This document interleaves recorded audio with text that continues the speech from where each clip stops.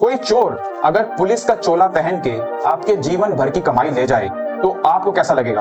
आप बिखर जाओगे, राइट? यही हुआ विशाखापट्टनम में एक फार्मा कंपनी से रिटायर्ड एम्प्लॉय के साथ, जिन्हें रिटायरमेंट पे 85 लाख रुपए का रिटायरमेंट फंड मिला, बट सिर्फ 2 हफ्ते के अंदर ही सारा फंड चोर ले गए। रिटायर्ड ऑफिसर को एक फेक डीसीपी क्राइम ब्रांच का फोन आता है और वो रिटायर्ड ऑफिसर को बताता है कि उसका नाम नारकोटिक्स एंड मनी लॉन्ड्रिंग के केसेस के अंदर आ रहा है और साथ में रिटायर्ड ऑफिसर के आधार कार्ड भी इलीगल केसेस के साथ लिंक्ड है। फेक डीसीपी और उसका फेक सीनियर मिलके रिटायर्ड ऑफिसर को अरेस्ट से बचने के लिए एक ऑफर देते हैं कि अगर रिटायर्ड ऑफिसर 85 लाख रुपए का चेक उनको दे देता है तो वो फर्दर इन्वेस्टिगेशन करेंगे और अगर इन्वेस्टिगेशन में कुछ नहीं मिला तो 15 मिनट के अंदर वो ये चेक जो as a security retired officer से ले रहे हैं वो ऑफिसर को वापस कर देंगे। अरेस्ट से बचने के लिए रिटायर्ड ऑफिसर ने 85 लाख रुपए का चेक विशाखापट्टनम में अपनी बैंक ब्रांच में डिपॉजिट कर दिया। उसके बाद वो चेक विशाखापट्टनम से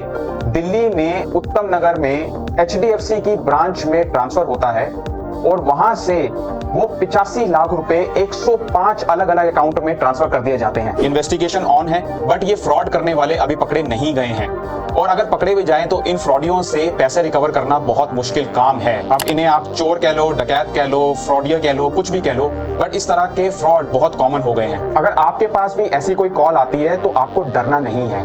पुलिस ऑफिसर या गवर्नमेंट का कोई भी ऑफिसर, चाहे वो कस्टम में हो, नारकोटिक्स में हो, किसी भी डिपार्टमेंट में हो, वो आपको फोन करके कभी भी अरेस्ट के लिए नहीं कह सकता और ना ही वो आपको अरेस्ट से बचने के लिए पैसे मांगेगा। तो रिलैक्स। अगर आपको इस तरह का कोई कॉल आता है तो आप अपनी फैमिली के साथ डिस्कस करें और इमीडिएटली पुलिस के साइबर सेल में रिपोर्ट करें और अगर हो सके तो किसी एडवोकेट के साथ डिस्कस करें।